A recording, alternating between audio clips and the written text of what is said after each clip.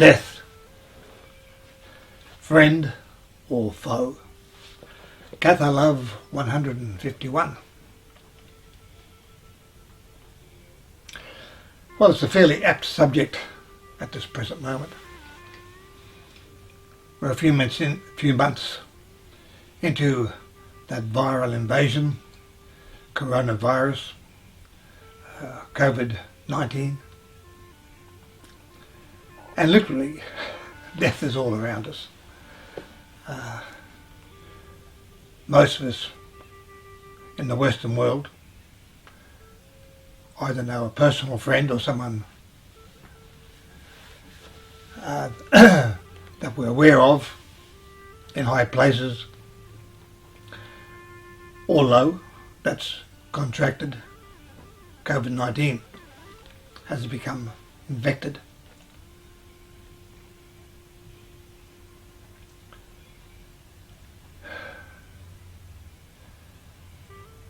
Deaths within the world have already passed 50,000.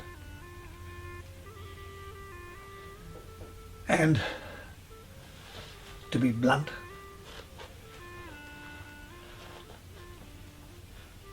death is not something that bothers me greatly, either my own or anyone else's. And in fact, I'm looking forward to my death. But it's not the person who died. That worries me not a lot at all. Everyone that's born is going to die. That's a fact of life. Death is a fact of life. But what it does do, and it has to me, is that I miss my friends. I miss the conversations, the going out. I miss loved ones, lovers. I do miss them. And to me, dying is great. I'm going to be with my friends. Now I'm in my 80s and today's Anzac Day in Australia, and normally it's a day of remembrance and commemoration, and thousands of people, hundreds of thousands of people are out there, and we march, veterans march down the street. But there's no weapons involved. It's not like in China or Russia or France, and it's not a celebration of military might. It's rather a remembrance of our friends or those that have died in order to keep this country safe as a democracy, a land of freedom. So it's a very important day. But me, whereas I used to have 30 friends that I used to meet after the commemoration was over, and we go and have a beer, wine, a bite to eat, and talk, and chat and laugh, and what have you, and just remember our friends. But it's very lonely. I do have one or two that my friends are still alive, but none that are well enough, or in Sydney, that will go on the march. So there's 30 people that I used to meet before that are dead.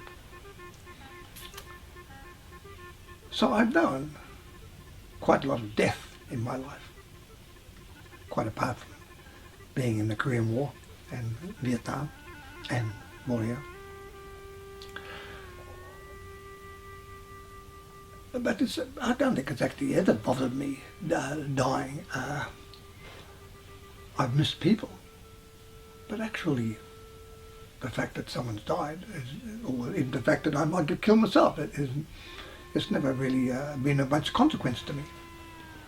It's something I've never worried about or feared. But death.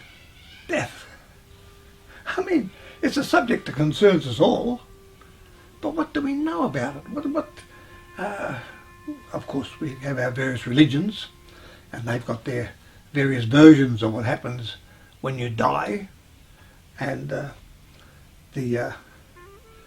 with the Abrahamic faiths, the great faiths, so-called great faiths, Christianity, Judaism, Islam.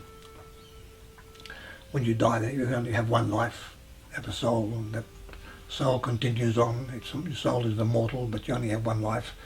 And when you die, whether it was a life of richness and lavishness and all that you wanted, or a dissolute life when you did everything and you were a rake, or you were a nun, or whatever you were the purest of the pure. You only had that one life, and if the Creator, their God, thinks you did it good enough, you'll go to heaven. If he thinks you didn't do well enough, you'll go to hell, even though you had no choice in the fact of even being dying, or no choice in the circumstances of your life. So it's a pretty unfair, in fact I think it's a ridiculous system. In fact, I talk about it, but it's just, to the Gnostic, to the Cathar, there's no day of judgment. Why would a loving Creator harm you, let alone harm you for eternity? Certainly your mother and your father wouldn't do it, and God's supposed to be more loving than them, so that's a joke in itself. But to the people who believe and take it seriously, it's no joke. It's very, very serious. All these people in hospital, they don't want to die. They want to hang on even for a week or a month, because they're scared of death. Not even really scared of death. They're scared of what's going to happen after. Because there's not many of us, and certainly not me, that hasn't done some pretty naughty things in their life. I've done the army, but I've done my share of killing, and whether it was right or wrong is debatable. To the person being killed, it probably wasn't very good. And there's other things in my life that if I had my time over, I wouldn't do again. I've broke a few hearts. A few of them have broken mine, so that's probably on par. But death, it's not the dying, it's the grief and the fact that we miss people. And that's the tragedy of what's happening with so many people dying. It's the amount of... Each person that's born is going to die once in that lifetime. The fact that 1,000 die in one day, or 10,000 die in one day, it's irrelevant. Each person is only dying once. We tend to, if it's more than 1, 10, 20, 30, 40, or 100, or 1,000 are killed in that day, we tend to make it an abstraction as if there's more pain being suffered. No, the amount of pain that one suffers can only be so much before you die, and that applies whether you die in a group or you die singly. So each person who's dying is going to die anyway, and some of them, unfortunately, have died before their time. Now, with reincarnation, if there are some purpose in life that you came out for, and for whatever reason your life was cut off early, well, with reincarnation, you can come back, or you will come back, and you will continue that and sort out that particular situation, if it's something that you need to learn, or some karmic situation that you need to resolve, some karmic situation from a past life or past lives back that still needs to be resolved. You have plenty of time, you have lifetimes to come and do that. That's the beauty. But to the Abrahamic faith, this one lifetime business is what has everybody so scared, because everybody, as I've said, have done naughty things in their life, and they're not scared of the dying, they're scared of the day of judgment, when you're going to be judged, whether you'll go to heaven or you'll go to hell. That's what they're scared of. That's what I believe they're scared of. Of course, we'd all like to just die in our sleep and die peacefully, and of course some of the people dying and with this virus, when you're on a ventilator and and your lungs are, your blood is screaming for oxygen, it's a very nasty sensation, and it's far worse than any flu.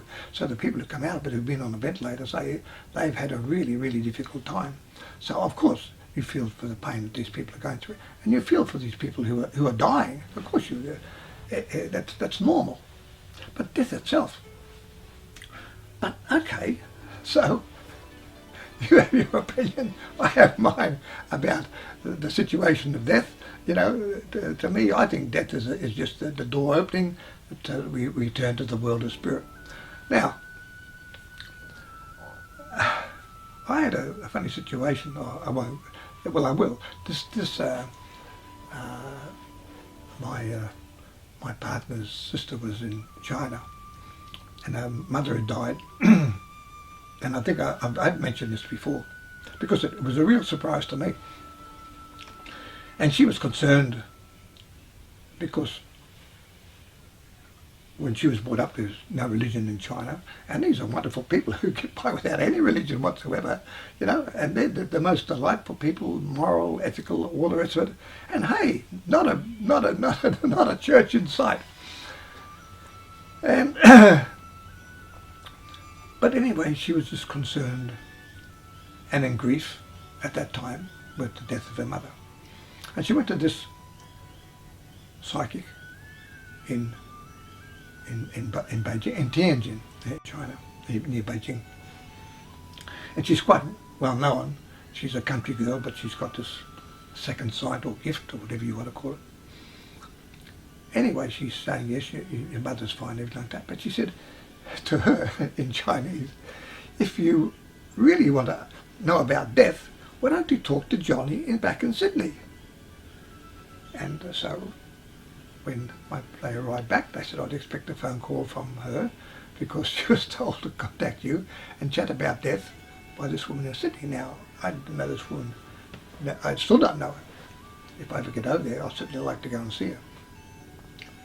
So, explain that. I can't. But the thing is, I am interested, and I have been interested as a Gnostic, as a Cathar in death, and the Cathars, we know that they used to go into the flames, walk into the flames. They didn't scream, and they didn't run away. They didn't have to have guards surrounding them when they went into the flames. And so I wouldn't call the Cathars a death cult. But the thing was, if you were dying, then you were supposed to be allowed to die naturally. In other words, you could have bread and water, or so whatever you needed, so your needs were there, but you're allowed to die naturally, and just let that as a process, as a natural process, allow it to happen. Whereas here, we see people hooked up and with this and that, and there's all these various things going on. I mean, that's okay if you're young, but for an 80-year-old or 70-year-old, it's time to go. Why hook them up? And then if they do survive, they last another 6 months, and possibly a terrible 6 months of that. So we're making death as if it's a disease, rather than just it's a natural part of living. So, but what happens when we die? For my own, because going to a psychic medium and having friends that have died come back and sometimes chat about the situation. But more importantly, I've again mentioned these books, the Journey of Souls, Destiny of Souls.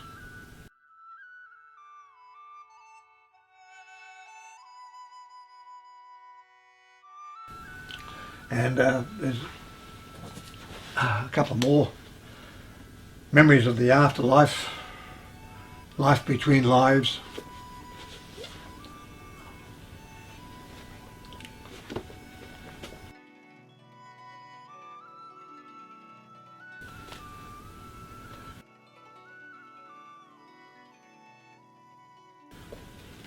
These are all, well, there's another,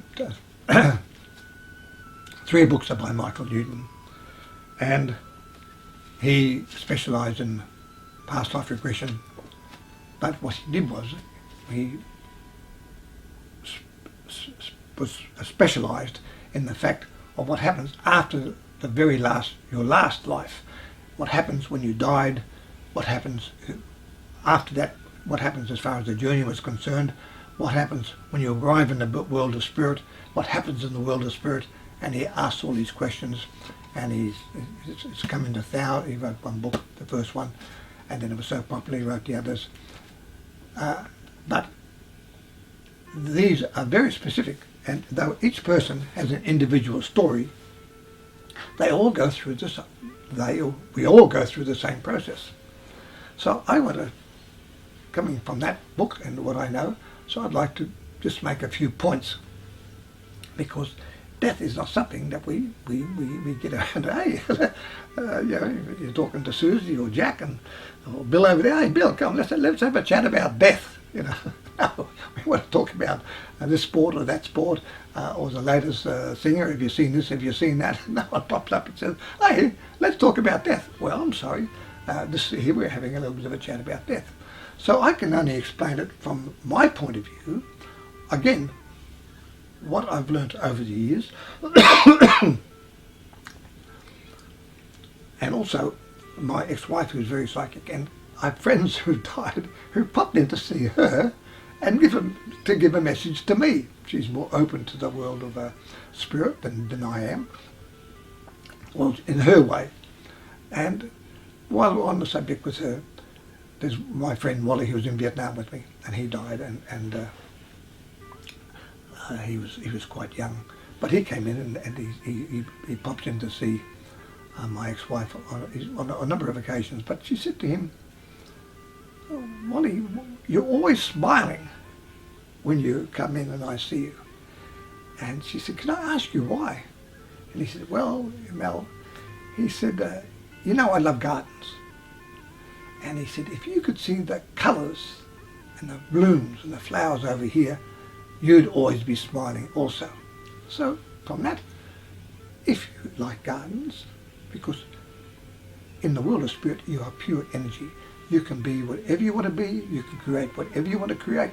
So if you love your gardens and your flowers and your shrubs, you can make the most beautiful, or be involved with the most beautiful gardens in the world of spirit, and keep smiling. If you're an animal lover and you really love animals, or whatever it happens to be, you can be in that area and create that area in the world of spirit. That is all open to you. I know one person he's a real crazy surfer, and he would come back to Earth and go surfing. Okay, a bit unusual, but what's to stop you in the world of spirit? So there are a few points, and I thought, rather than let them slip my memory, I'll jot them down before this session.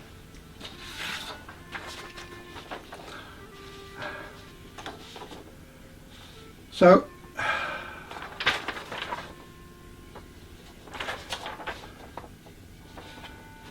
I suppose the first thing is, death is a resting place. You've had your lifetime here on Earth. It is time to go rest and recuperate and see how well you did, check out what you did. Now this is you and you. This is between you and you. There's no one there to judge your lifetime. This is something between you and yourself. And if you feel that you didn't accomplish something that you set out to do or didn't do it, well then you can sort that out, possibly another lifetime, but you're evaluating the situation. When you actually do die, well, I'll give you a case instance.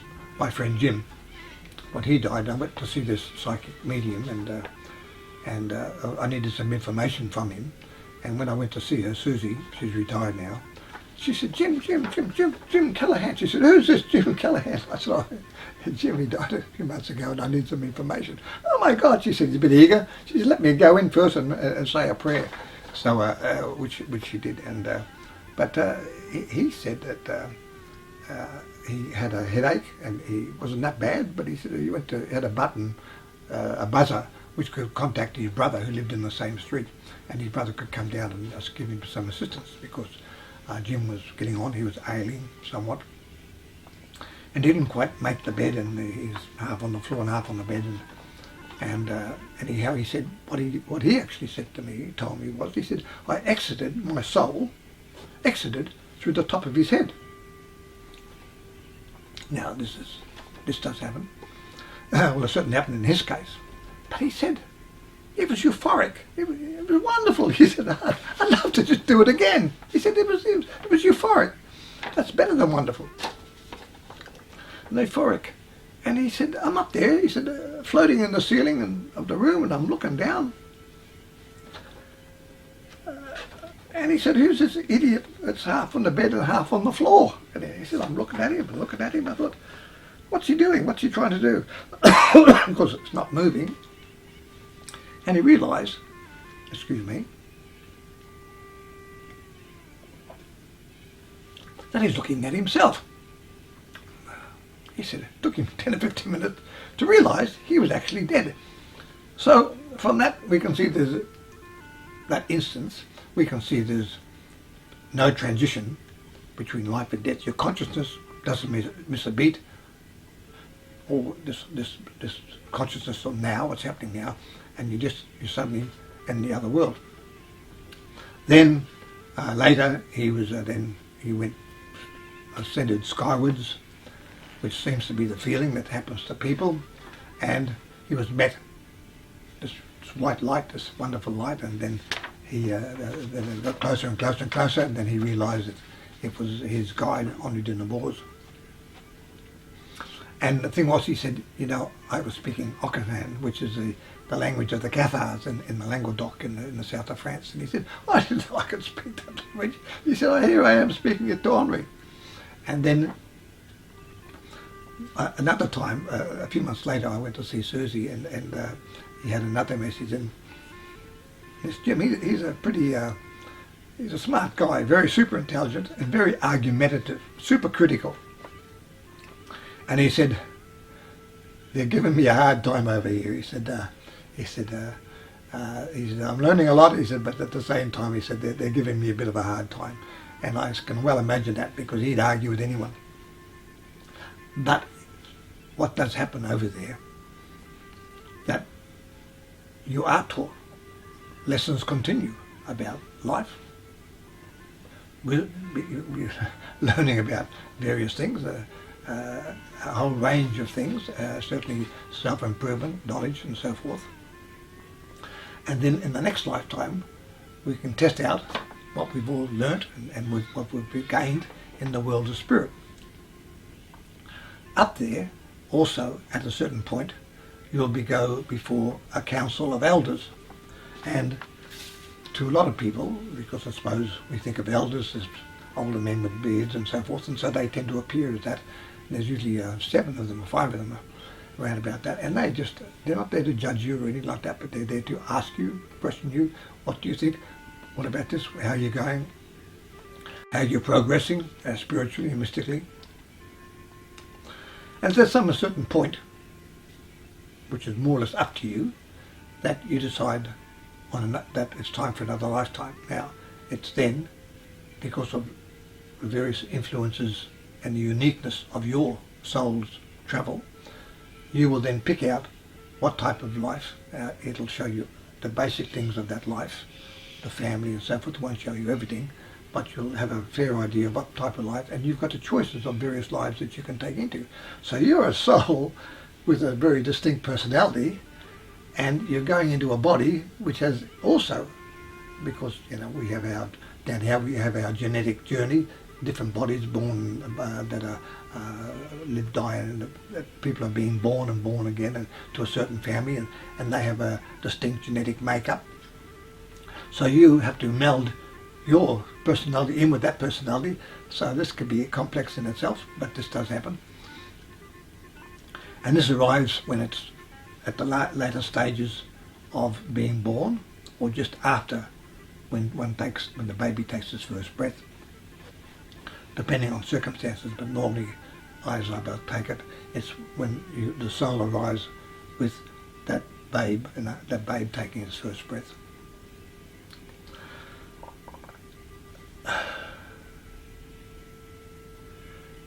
The thing is, it's a joyful, blissful, amazing, wonderful experience in the world of spirit. So, in reality, if it's so good, and from all intents and purposes, and all these people who've been hypnotised and regressed, and I mean there's thousands, I mean hundreds of thousands by now have gone back and been regressed. I've done a number of regressions myself in my life. I've taken people back. I've taken a few hundred back in my time. I did some groups at a time where they were like 90 at a time, so that built up a bit. But normally I would sometimes do half a dozen or 5 or 6, but often just one person. And sometimes they were deep, and others they were light. But no one's complained. No one. They all go wonderful, and often they don't want to return.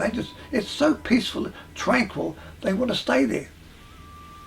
So, what is it? To a Gnostic Cathar, we welcome death. Death is not a friend. It's a friend. It's not a foe. It's something. Well, obviously, depends how you die. Some deaths can be very painful, but but others can be very quick, like being blown up by a bomb or shot between the eyes. Irrespective. But even if it is painful, a body can only take a certain amount of pain before that person will become unconscious. And after that, once you're unconscious, well then that's it.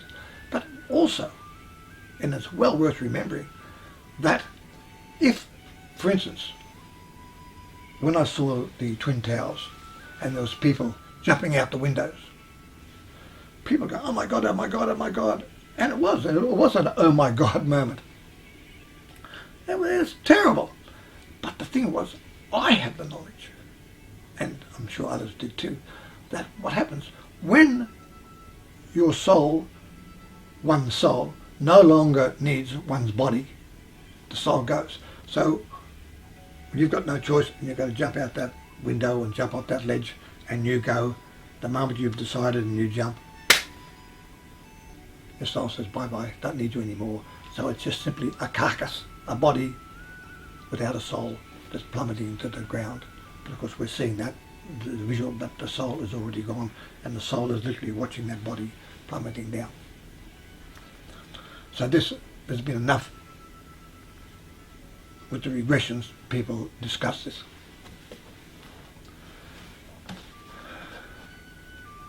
It's a good story. There's nothing, but we're conditioned to worry, to be scared, to be frightened because of religion. Why does religion? They get their kids have got not a care in the world, and suddenly by the time religion and culture and tradition gets them and puts all these fears and worries and into those little minds and little heads, and suddenly you've got another person with psychological problems living through life. My God, religion has a lot to answer for. Okay.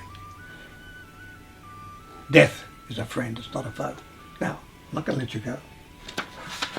Because some know and some don't know I write poetry, but the last session I had, I recited a few poems, and they were about the warnings, the 4 warnings that I've been given, and there's not much given to me unless I pass it on. So on the previous one, that's Cathar Love, extension 151, it's the previous video to this. I recite them and then I put them out. But since then, there's been a couple of others, and of course at the moment we have this virus around. So I'll recite the poem and then I'll just put it up so you can see it and copy down if you want to or whatever. But one is the Great Leveler, because people go, it's terrible, it's terrible, it's terrible. But the thing is, for you and I, if I get struck down, okay, I've had 80 good years, more than 80 good years of my life, and still having it, good times. Okay, it's okay. I want to do, and I want to promote Catharism and a few things like that, and I'd like to do that for a few more years. So in that respect, it'd be a pity. But as far as I'm dying, I couldn't care less. But the thing is, just imagine if you're a king or a queen or a president, the Pope, or any of these people, and you've got the power and the money, and you can have the best doctors in the world, the best hospitals, and this little virus comes along and he attacks you just the same as he attacks the poorest person in the land. So I call it the Great Leveller. The Great Leveller. Putin with power, Bezos with his billions, Khomeini with his control, Bolsonaro with his arrogance, Trump who isn't whole, Rocket Man thinks he can, the Pope with little hope, Netanyahu for the few. What are we to do? Nothing. For COVID-19 is really mean. What I mean to say is that it's not going away any time too soon. And while it's here, it's the Great Leveller. No matter, with every hour, the pomp and power, bodyguards are everywhere, but they are all running scared. Aha, that Great Leveller, it's coming for them, for I, COVID-19, I mean unseen. Rich, poor, I'm at your door, and what is worse, my gift is your hearse. And you can't get rid of me quite so easily. Isolation is the key to shutting me down, but as bad as I am, for the powerful I am worse, a curse. Written on the 7th of April.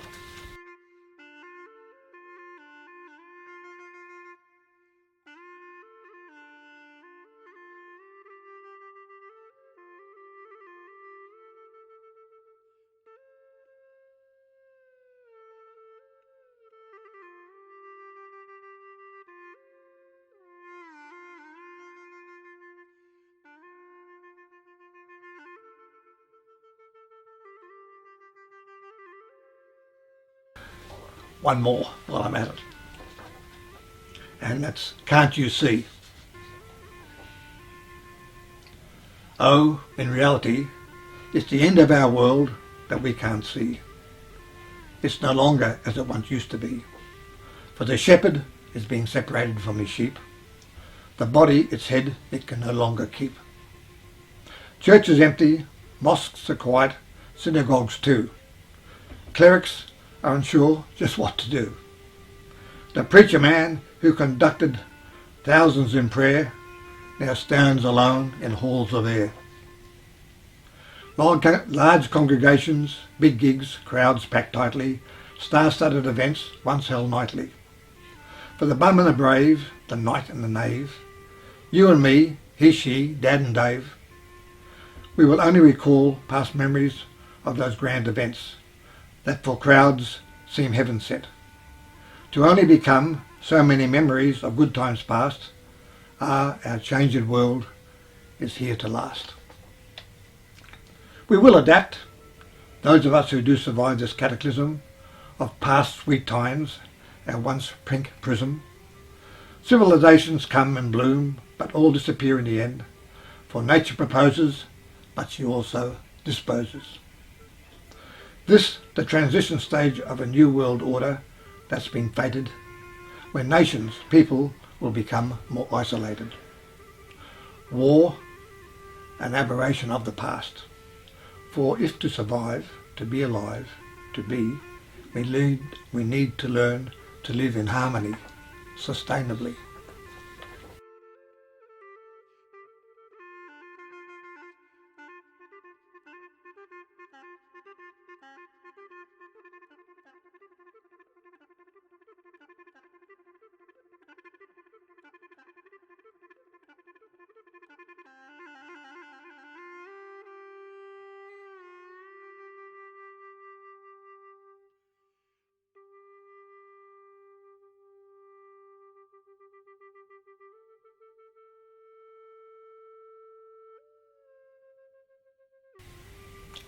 Regarding the wars, have you noticed?